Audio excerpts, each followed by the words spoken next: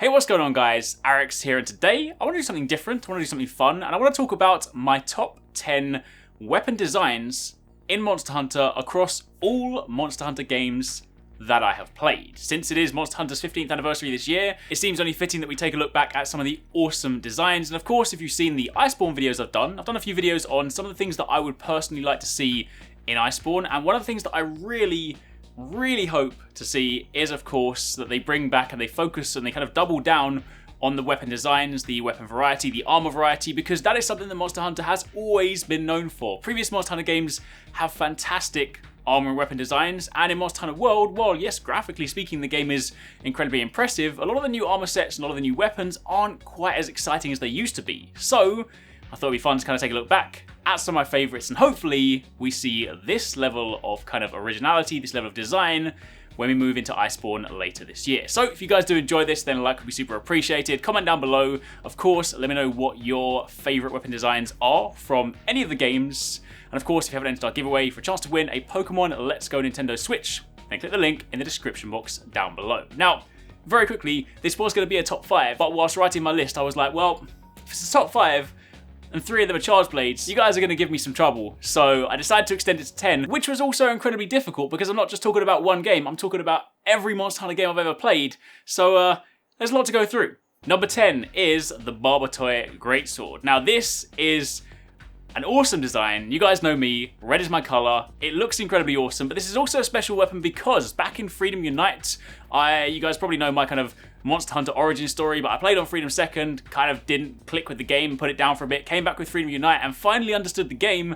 And believe it or not, back then, I was a Greatsword main. That was like the first weapon I mained, so to speak. I used Greatsword for probably about halfway through the game, and then I switched to Hammer. But one of the first Greatswords I crafted, or at least one of the first most notable ones I crafted, was the Barbotoy Blade, because of course when I unlocked it, I looked at it, I was like, that is incredible. It's red, it's got horns on the side, it's got like a skull on the front.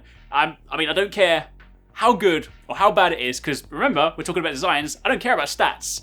The weapon looks so damn awesome, I was like, I need to get this. So that is, without question, one of my favorite weapons. And if you guys need any more convincing, it upgrades to a weapon called the Crimson Goat. I mean, what more do you want? You can also get it in Generations Ultimate, so if you like it, you can grab that one for yourself. Moving on from there to number 9, we have the True Ruiner Lance from Crimson Fatalis. This is an incredibly awesome looking weapon. To be fair, basically all the Crimson Fatalis weapons look awesome, and there might be one more in this list. I was probably going to add another one, and I was like, yeah, I probably should trim that one back. But this one's really awesome because not only does it look incredibly cool, you've got this hefty, long, really sharp spear, you've got the twisting horns on the shield, and of course it's also special to me because around the time that I crafted this is when I discovered Evade Lancing in Monster Hunter 4 Ultimate, and that completely changed my world. For a long time I was like, Lance isn't really my playstyle, because, you know, I preferred to be more nimble and more, you know, on the move and whatnot, and then I discovered Evade Lancing and was like, mind blown. Like, it completely changed the way that I played, and for a long time and for Ultimate, you know, a good sort of few months, I basically just stuck with Evade Lancing, made a few different lance sets, and that basically became the way that I played. And the True Ruiner Lance was one of the main weapons I used in my kind of most potent Evade Lance set, because it looks really awesome, it was a good weapon, and yeah, so that's number 9. Then moving on from there to number 8, we have a pair of dual blades. It's either, well, there's kind of 2 in here, right? The base one, or the original one, is the Asclawan, which is the Gormagala dual blades, because they look incredibly awesome. They're not just blades you hold, they are basically gloves. So you have them, and the blades kind of come up your arm instead. Of course, you've got the black and purple glow from Gormagala, and if you really want to take it to the next stage, you do of course have the Chaos Gormagala version, which is the Inferno Paradise. Similar principle, they're gauntlets again, so it takes the awesomeness of dual blades, but instead of actually holding the blades, you literally have these gloves on. And I really want to see more of those. They look incredibly cool, and if we ever got Gormagala in World, yo, that would be insane. Then, in at number 7, this one's a really special one. For those of you guys that played Monster Hunter Tri, you might remember a weapon called Tenebra. This was actually a weapon design competition winner, and it was available through an event quest, and it was really awesome because not only was the sheath for the sword really cool, it was just kind of this dark black sheath with this, like buckle around it. But the interesting thing is that on your back, it looks like a regular longsword. It's the kind of thin blade as you'd expect. But then when you draw it out and you actually start to build up your spirit meter, it opens up to essentially look like a greatsword. It looks crazy over the top. Unfortunately, I haven't got like a really in-depth image because this was only available in Try, which is kind of sad. But it was such a cool design, and for the longest time, because Try was probably where I mained longsword for the longest time, so yeah, that was my go-to weapon. I think it has some pretty decent stats. I think it was an ice weapon, which was kind of cool, but again, we're not here about stats, we're here about design. It looked badass, and it was a very cool weapon. Then in at number 6, we have the Fatalis Ironguard, which is, of course, the Crimson Fatalis Hammer. I mean, this really embodies the Crimson Fatalis kind of colour scheme, because the True Lance is, but it's a slightly more like modest dark red, whereas this is just like in your face, glowing hammer. It's got this really cool spiral design, almost looks kind of like a shell. You've got the horns that roll out, and as hammers go, this is probably without question my all-time favourite hammer design. There have been a lot of cool hammers, let's be fair. There have been some funny ones, there have been some cool ones, but this is at my top of the list of coolest hammer designs. Then in at number 5, we have the Grapefruit Charge Blade. No, that's not its official name. Its official name is the Teostra Nova.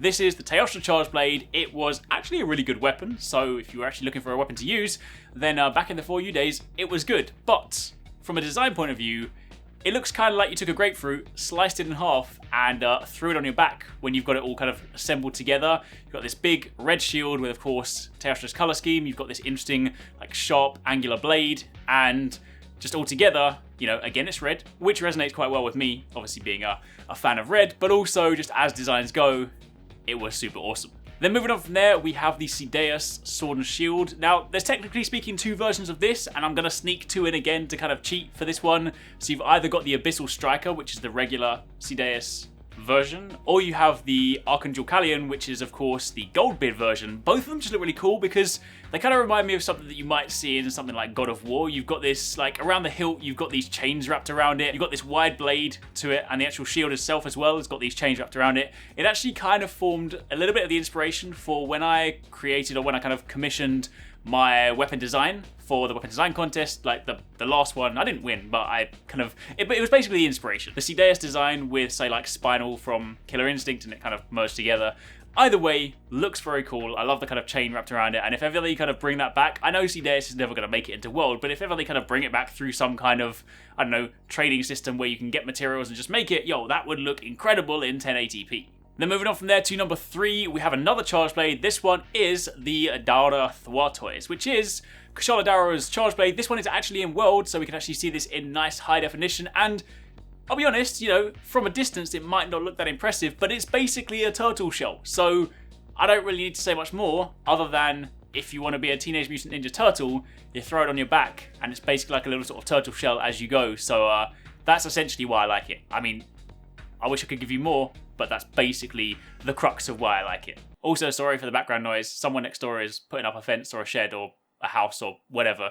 They're being super noisy. If you hear that, I apologise. Then in at number 2, we have the Lagia Sword. Now this is a rather interesting one because this isn't like a final evolution. In fact, this is a pre-evolution. This is one of the earlier versions of the Lagiacrus Sword and Shield.